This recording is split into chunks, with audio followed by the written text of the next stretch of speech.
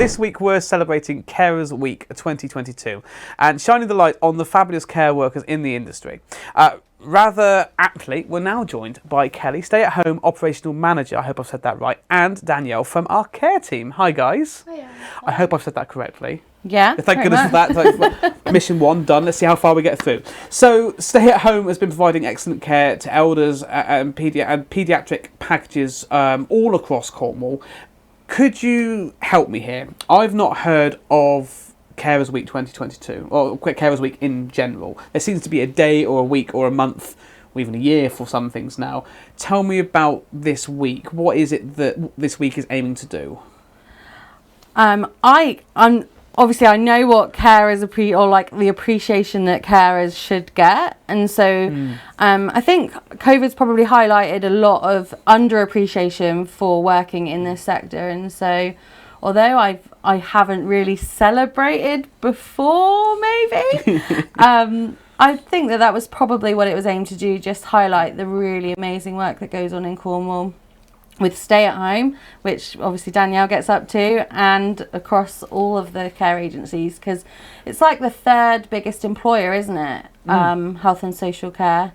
And I think it's not just those like paid employees, but obviously there are hundreds of unpaid carers out there, wives, sisters, brothers that all care for someone like a loved one, that also should really be celebrated and hopefully shine a light on the work that they do as well, because they give up a lot of their time for a family member and stuff. I think we know the care sector doesn't get enough sort of love. It doesn't get enough appreciation. I heard at one point that it was one of the highest. It had one of the highest turnover of staff.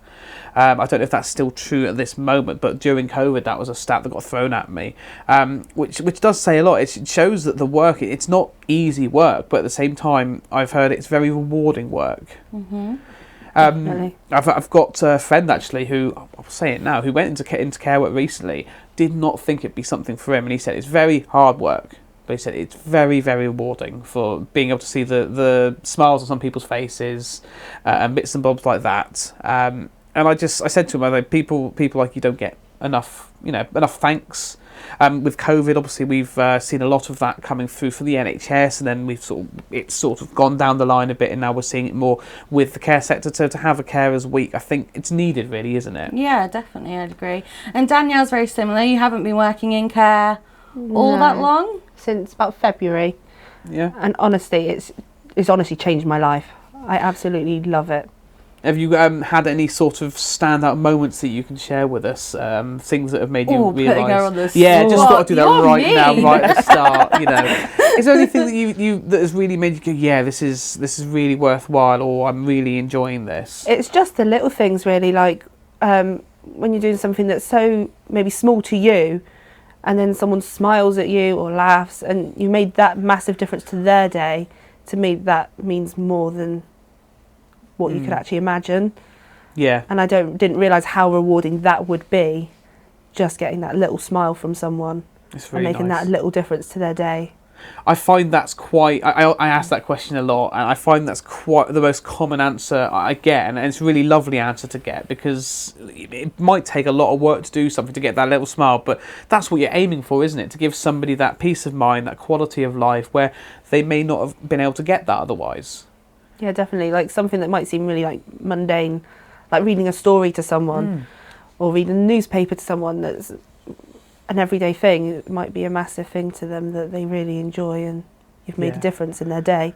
Absolutely. And by doing it. And it helps alleviate pressure as well off of family members, friends who, I've been lucky enough to have the help of Chaos in general, and obviously with my dad, as you know. Stay at home, and that I didn't. Inside info here, I had no idea it was Chaos until I was about 2-3 weeks into volunteering here. And my mum pulled me aside and said, your with the people that helped, quickly cornered Babs, as hard as that is, and said thank you, for everything you do. It really does help the people around who are already sort of trying to do bits and bobs, look after the person in trouble. It has such a monumental effect, and I don't think people realise that.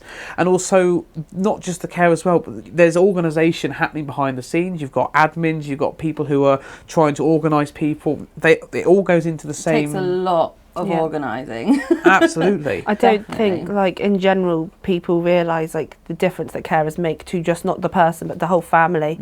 I certainly didn't before I started. I didn't realise, like, the relief they give families. It's definitely not just caring for that one individual that you're paid to care for. It's the whole support of that family. And, like, they are with that person 24 hours a day, 7 days a week, and just to go in there for 3 hours and they can just sit and put their feet up, which they don't usually get, can mean a massive amount to some of the people that we support. That was something that really hit with us, myself and my mum, with my dad as well. I hope he won't mind me calling him out, but Tommy was an absolute legend. I still take name the time. dropped. Still take the time to talk to him every time I see him now. Absolute legend, as you all are, and all were, and still are.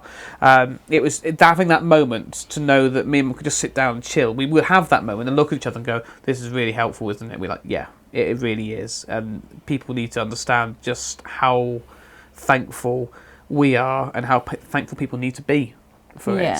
It's really good to have this week to sort of bring all these things to light and hopefully make people more aware. As bad as COVID was, it has brought this sort of positive light to things, hasn't it? Yeah, and always, as always, try and bring more people into the sector because as Danielle's experience, she had never worked in care before, and look at the impact it's had on her.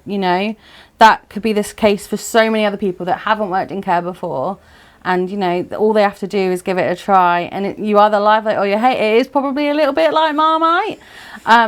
But I would say that there are lots of different types of care. And so if one area of care is like Marmite for you, another area caring for a different type of disability or different age group might be more suited, but there are so many opportunities in care and the progression that you can get as well. I started as a carer and I've worked up through to coming in, doing admin, doing the rotas, and then now in management. And that's the case across all of Cornwall for care agencies. Like I said, the admin work that goes on behind the scene, there's a lot of that stuff. So there's always development in this sector, I reckon. Fantastic. What is it like at the moment in regards to job availability in the care sector?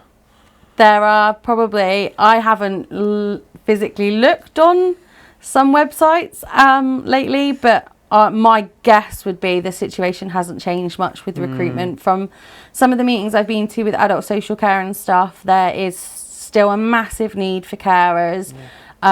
There's too many people that need care and not enough people to care for them across all agencies. It's one of our biggest challenges at the moment, but we continue to just tick away with it.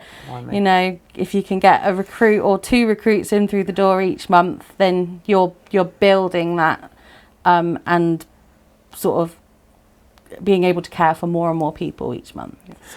So there's often a stereotype, I feel, when you say I'm a care worker. People think the same thing. I'm not going to say what it is. Everyone knows what it's like.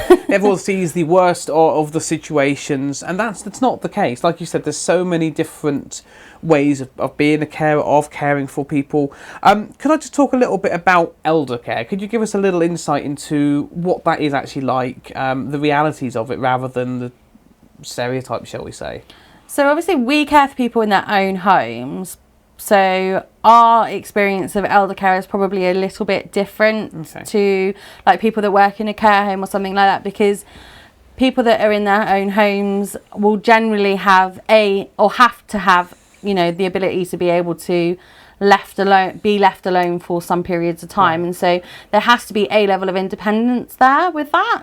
But like you say, that thing that we don't want to talk about, that's like 5% of your day, really. The rest is making sure someone has enough food and drink throughout their day, making sure their environment is clean and tidy and as risk-free as you can make it. I personally, like, I've got a massive love for the elderly and that nature of work. One, because you start work at 7 and before you've even blinked, it's like 1 o'clock and you're like, I've visited 5 people. Where has that morning gone? Like, it doesn't even feel like I've worked. It's gone so quickly. But it is, obviously, there's driving involved from client to client, which isn't for everybody. If you like driving, it's probably for you. But the satisfaction you get out of going in, having that chat, being that only person that elderly person sees in their day is massive. Yeah. And I really love that client group, as well as a few other client groups I'm really passionate about helping. You can see it in your face, actually. Is this the kind of work that you do as well, Danielle? I don't do too much elder care myself. I tend to go more paediatric and younger people. Can you tell us a little bit about that? What does that involve? I think is the best way of asking that. So a lot of the time it's relief for parents, just maybe taking them out for a little part of the day, or That's nice. Like I said before, like reading them a story, doing activities, stimulating the child or the young person, and then also doing any like medical needs they might have as well, and then just giving the parents a break and time to do the bits that they need to do, even if that's just sitting down and having their tea. Yeah. That makes a massive difference to them, and then also the clients getting something out of it because they're getting enrichment and a rewarding. Do you see the experience. difference it makes in both of them, in obviously the people around the person you're caring for and the person you're caring for themselves?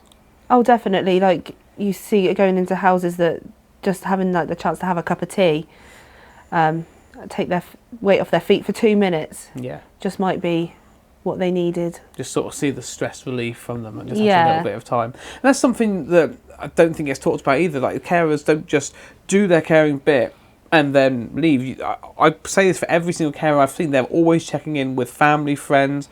Every time they're asking if they're okay, and they're asking whether it's the job or not to, whether there's something they can do to help them as well, which is above and beyond and always so lovely. Even if it's just something like, I'll make you a cup of tea as well, or something like that.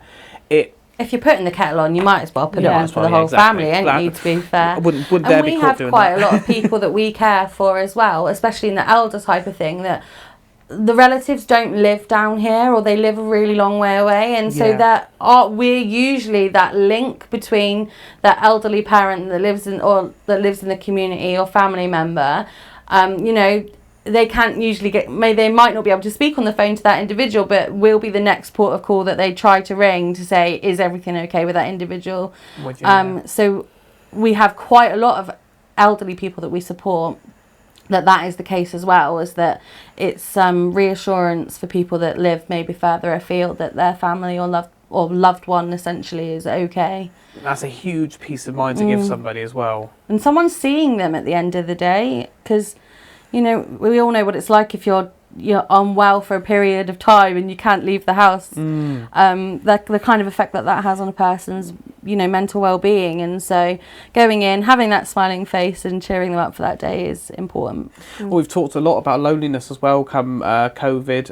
It's put a sort of a highlight on that as well. It's something actually, I know my mum won't mind me saying this, we're dealing with my mum now. We've just moved out of a place we've all been living in together. She was by herself for a long period of time before she came to live with us and was fine. But now we're moving out, I think she realised sort of what she's missing, and now she's really starting to feel that, so it's something that we're looking into making sure it is sorted, and it's something that doesn't want to be overlooked either, because it really is a horrible thing to have to go through. I think social prescribing was a bit of a game changer for that kind of stuff, because there is stuff going on in your community, but you never really know what or how to access that, and so I think social prescribers done an amazing job with that stuff. Absolutely, I have loved talking about social prescribing in here constantly, because I think it was something that's been needed for long. It's almost one of the things that makes you think, why has this not been done before? I think with like lockdowns and stuff, I think they made everyone realise like loneliness. So I think a lot of loneliness can be tackled because people realise how lonely being on your own can be through the lockdowns. Even just being in a house of, say, you've got a family of 4, that can feel quite lonely. as well. Sometimes I find if you're exactly in lockdown and you're stuck with the same people over and over again, you still need a little bit of change, a different face, a different voice to talk to. Yeah, that's a very good point. I don't think about that too often. You can be lonely, surrounded by people. Definitely. You talked a little bit about careers in care and sort of pathways. Yeah. Could you give us a little bit more of an insight how what kind of variations there are, what kind of different pathways there are for people who want to make more of a career out of care?